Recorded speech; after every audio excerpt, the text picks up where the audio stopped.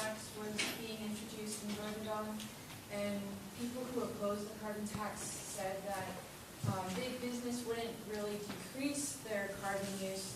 So to offset the tax increase on their carbon use, they would inflate the prices of their product.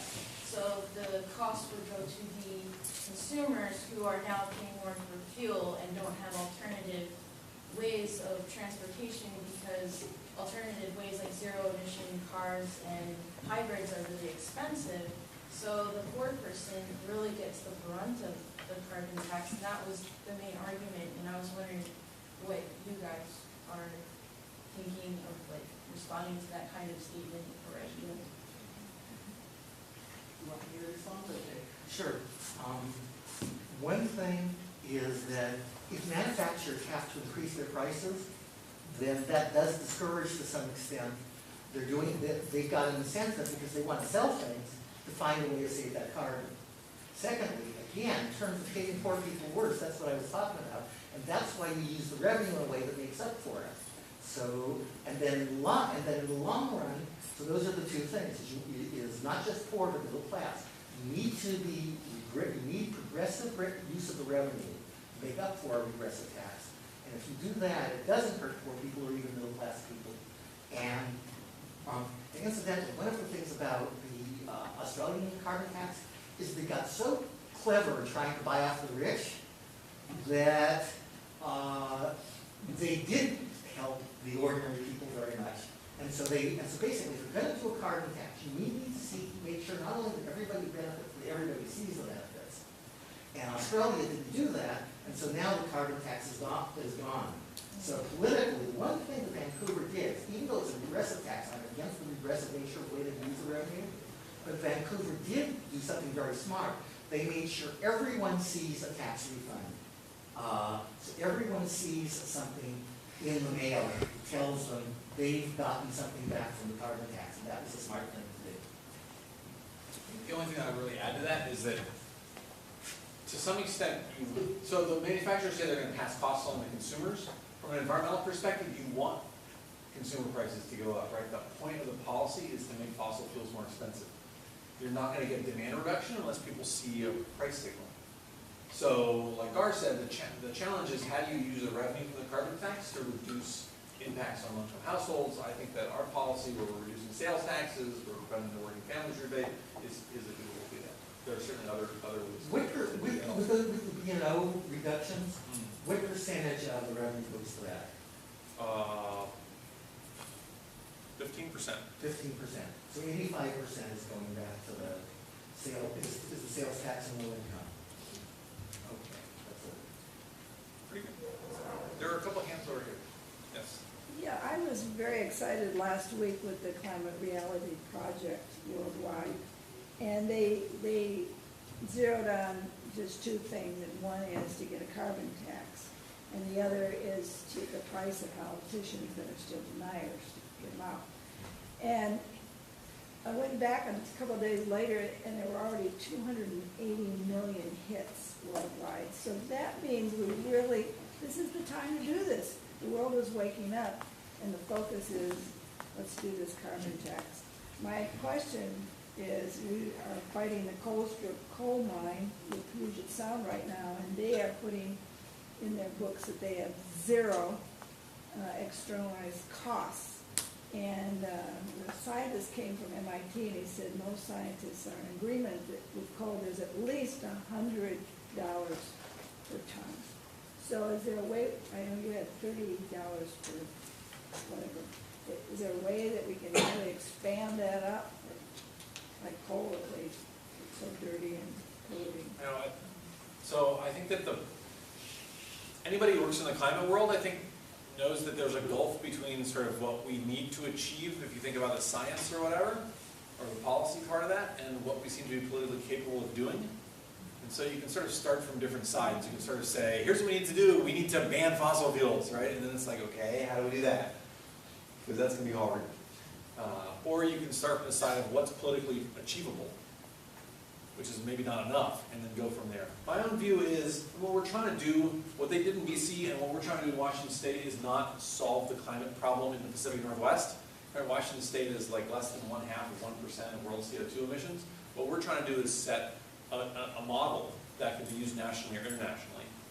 I think BC has done a good job of that. I think Washington State can do a good job of that, and Oregon.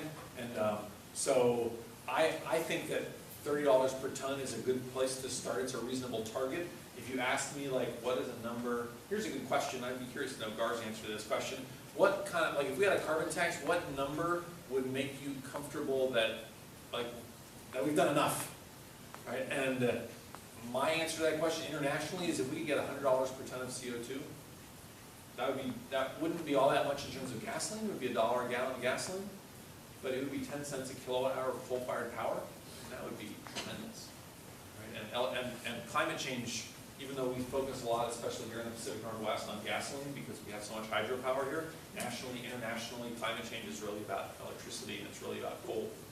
So that's my answer. And my answer is, how high the price has to be depends on what else you do.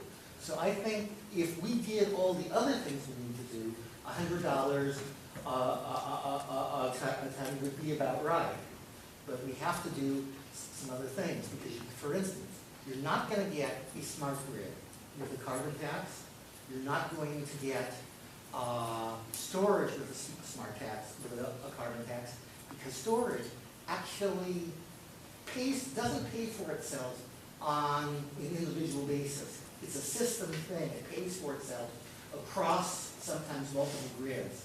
And very small, you can do arbitrage with very small amounts of storage, but in terms of if we were going to want 3 or 4 hours of storage, that doesn't pay for itself in arbitrage, even with $100 a ton carbon tax. But it still makes wind and solar, or for that matter, even though I'm against nuclear, it makes nuclear more practical. It makes low carbon energy more practical because it makes capital intensive sources more practical. So that's one answer. Oh, and by the way, about Vancouver carbon tax, it's worth pointing, among the things it's not taxing, it's not only failing to tax what's exported, it's not even taxing emissions from gas when they're extracted in Vancouver, emissions that occur in Vancouver, and it's not taxing emissions from timbering. And as a result, total untaxed emissions inside British Columbia, not counting what's exported, but just emissions in British Columbia that are untaxed, exceed the ones that are taxed right now. So and if you look at, you can see that's both emissions from, you look at, because you're talking about methane, natural gas, methane that isn't being flared, and timber, a heck of a lot of timber, burnt in British Columbia. It depends on how you're counting it, but okay. But even so, yeah. The other thing is there's a limit to what you can expect from a state tax. It really does have to be done nationally and ultimately internationally. So as he says, any state climate policy is going to be limited. You're not. Out of curiosity, I'm with a climate crisis group that's submitting comments on the plan, and we looked at what would happen if we did everything. If we had a carbon tax in Washington State, and did some public investment, and did some regulation, but looking at only what we can do in Washington State. And you know what? We can't quite even make, with state action alone, we can't even quite make the governor's goal of 50% below 1990. You need some federal action. And to what we really have to do to completely eliminate over 20 or 30 years carbon emissions, you need state action, you need federal action, and you need international action. That's what it takes. So he's right. Climate policy at the state level is an example and is making a contribution. You're never going to be able to solve it at just the state level.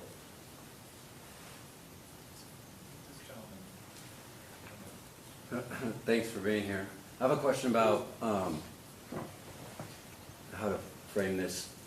Sending jobs overseas, green jobs, to areas that are more efficient at producing, say, solar panels or windmills and such, to improve the economy back in the state and make the economy more sustainable.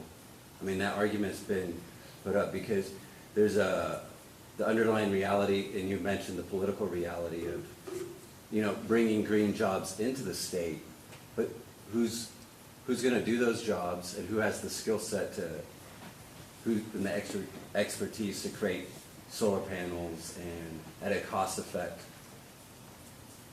analysis? Is this making sense? Okay, Jay Ainsley Well, what talked you about said it. makes sense, I don't know what the question is. Well, okay, the question is, what's your thoughts on that? Could you expand on it? My preference is, I'm enough of a neoclassical economist that I don't really like the idea of the government going around picking winners and stuff like this. So I don't really like, I get nervous when we start talking about like favorite industries, whether it's wind or solar or anybody else. My preference is like if we could reduce overall taxes, if we could reduce sales taxes sort of for everybody, then we can sort of get a level playing field. And my view is sort of we'll let all those potential energy sources, wind, solar, for me, I'm happy to throw nuclear in there. I don't think it's price competitive, but if it is, that's fine. Energy efficiency, and I just prefer to say like, all right, we're gonna set up a battle royale and you all can fight it out and once we set up a level playing field.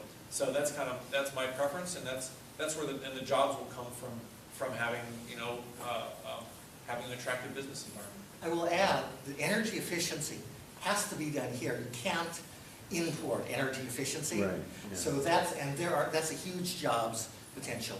And one thing I will say that we favor is, one thing is you've got the problem, the uneven access to capital. So here's where I think the government may need to pick a winner a little bit, but just in the sense of equalizing capital availability. I think you could have what amounts to many utilities, their efficiency utilities. Government could, and we could do this in Washington State constitutionally, government could lend money, could issue bonds, lend money to those many utilities that are backed by the revenue stream from them. The many utilities in turn could install efficiency and charge for people as on-bill tariff, as they pay the thing. They don't say, we're going to make you a loan. Instead, get an agreement with the owner or the owner of the tenant that there's a revenue stream associated with that unit to the utility. So they cut an efficiency upgrade package that will save the tenant $25 a month. And the tenant pays $20 a month for that. Immediate, day one, $5 gain in utilities. But it's not a loan, it doesn't go against the tenant's credit, it doesn't go against the owner's credit. And if the tenant moves out, the new tenant gets it. If the owner sells the house, the new owner has responsibility, just like any other utility tariff.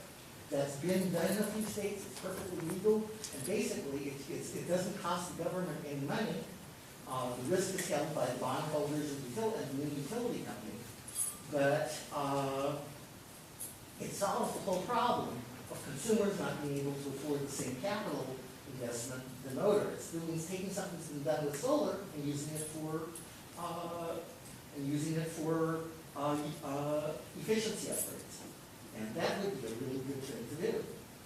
That would help massively promote efficiency. And then if you had a carbon tax, that would, of course, make even more efficiency practical. This gentleman had a question. My questions are around that picture of the fox in the hen house, because I had a really similar experience to what she was talking about in Australia, where great distances for basically people have to travel. They're the ones paying for it because how it's being set up. And what concerns me here in the United States is I'm one of those people who feels like we've really lost control of the federal apparatus, whether you're looking at the USDA or energy or any of those things. It seems like the people in those meetings aren't us. And they're going to design any legislation or any new laws and rules so that it benefits them. Then, it's the fox in the hen house thing. I saw the same thing with the ACA that was just passed. It seems like a feeding frenzy at the top, and everybody else is going, what's going on? So, I'd love some feedback that's going to encourage me that the United States, the federal government, could be trusted to come up with legislation that's actually not going to be heavily weighted toward those guys, the biggest guys benefiting immensely, and us going, what happened? I thought we wanted this, but it turns out it's weighted the other way. Coming up with optimistic stories about the federal government is kind of difficult. Well, that's what I mean, my view is that all these local models are the only things that are gonna change things up higher up the chain. So that's kind of why, I focus on state level action, because I just don't see a lot of potential for federal action in the next 10 years, 15 years. One thing that gives me a little bit of optimism, though, maybe it will give you some optimism, I don't know, is that there are actually some folks on the right side of the political spectrum who like the idea of revenue neutral carbon taxes. So there was a bill back when, Waxman-Markey was this cap and trade bill that was passed the House, it failed in the Senate, this was back in 2009, 2010. There were some Republicans that introduced an alternative to that. That was essentially to have a carbon tax and use the money to reduce the payroll tax. And I mean, one of the co-sponsors of that bill, Bob Inglis, was a congressman from South Carolina. He now runs a really terrific group called the Energy and Enterprise Initiative that does outreach to conservatives on climate change. So they do great work. One of the other co-sponsors is a guy named Jeff Flake, who was a congressman from Arizona. He's now the junior senator from Arizona. So I do think that there's some potential there to sort of take, there's a lot of energy on the right side of the political spectrum about not increasing taxes, and to take some of that energy and combine it with the desire to do something about climate and to reform the tax system and sort of do it in a way that could potentially benefit sort of the little people as you're talking about. But I do think that your concerns are legitimate, right? I mean, the political sausage making is difficult. I don't know if you have anything you want to add to that. Well, we'll let me go into that at the same time. Yoram, I'm not an economist, neoclassical or otherwise, but you were talking about stacking the deck in terms of one-time energy or other. The deck's already stacked. Petroleum is, number one. And we could go down the line. It's stacked in commodities, with sugar, with corn, on and on and on. And it seems to me that we need more of the political in the neoclassical economies, like my colleague Peter Bauman might be doing. There's something other going on. The gentleman over here was talking about really corporate control. And he didn't use those words, but I think I could see behind what he was saying. Neoclassical economics sounds hopelessly naive and idealistic. There's a political side to what's going on that's vital. You want a carbon tax or not? No, No, you don't want a carbon tax? no way. Okay, let me give some answers. I actually can get into those questions. I mean, my answers, of course, not necessarily. One thing I think you're right is that it has to be more political. I think trying to buy off the conservatives, I think we have to understand there's ideological conservatism, and you deal mostly with ideological conservatism, and there's actual conservatism with money behind it, which quite frankly is about screwing everybody else. And I think that really is the basis of conservatism, is it's for the powerful to screw the most aggressive. I know that the ideology is not necessarily, well, ideologically, when you get to people who are top business people, when you get to the people in Congress, that is what they're out to do. And so I think trying to get an alliance with them is a mistake. I think the way you don't have the fox guarding the hen house is you don't try to make an alliance with the fox. If you want a carbon tax, you do it as part of a political movement that tries to do things, to make things better for everybody in lots of other ways. It is not ideologically conservative. So for instance, and I think you actually need to start with the carbon tax you're proposing, because 85% of the revenue is used progressively. And I think you're going to find that 15% you give to B&O, to the manufacturers and small businessmen, isn't going to buy you any political support. But 85% is enough that I think that it's okay that I can support it if you can really get moving. But I think ultimately, I think to win on this, I think it does need to be. I think you need to get the alliance with labor unions, with lots of different movements, and not with businesses. And that's how you get federal policy, in the long run is you don't just get federal policy on carbon tax, you get federal policy on healthcare. It's a little better than we got. We have federal policy on wars, quite honestly, it's better than we have with a lot fewer wars. So, and so on and so forth. So that's my opinion, is that the way you get these changes is it's part of a larger progressive movement pushing for progressive change. So I actually think, I'll say one word and then there are two questions here that I want to get to. I think that there are kind of two paths to go forward with climate change action. And one of them is, I think, what Gar was just talking about, which I sort of see as like the progressives are going to take over the country and then we're going to get climate action. I think that's a hard sell, right? I think the other path is we're going to form this coalition with conservatives and we're going to get some climate action from doing something like revenue for carbon tax. I think that's a hard sell too, right? They are both hard sells. And there's kind of this question about, okay, which is the more likely, like, and I think, like, I don't mind that you're working on, like, the progressive takeover of the country. I hope you don't mind that I'm working on, like, a bipartisan approach to climate change. It's going to be a matter of seeing which of those sort of makes more progress. So, question here and then question there. Well, I do consider myself an economist, and I'm not going to give my opinion on where it's at today. The one thing that I found glaringly omission, though, was is there any future thought towards a negative externalities tax to combat ocean acidification?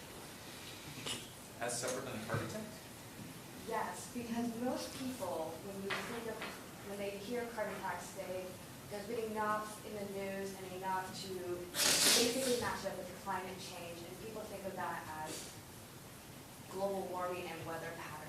But they don't consider it the same as ocean acidification, which is basically just the other side of the coin.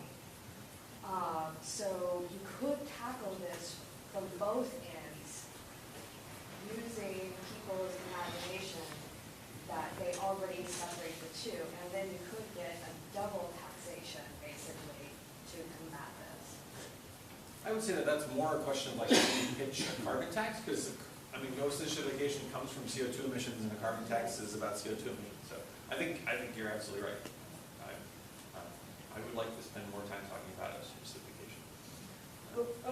So that's a good example of how big business, if you're selfish, and big business is actually, could be for carbon tax. And progressives can be just as stupid, liberal Democrats can be just as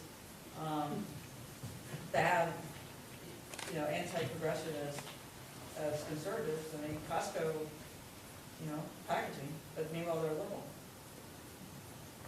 This gentleman here had a question. Sure. I'm really interested in how carbon taxation can really affect the anti-urban policies that have been in place because of the fact that we subsidize really unsustainable growth in urban sprawl. So I think that by making that style of, that lifestyle much more expensive, we can reallocate some of the revenue that's gained from carbon tax towards investing in infrastructure for mass transit and that kind of thing. So I guess my question for you is, where in your model for Washington State's carbon tax policy is there money allocated for that type of investment in infrastructure?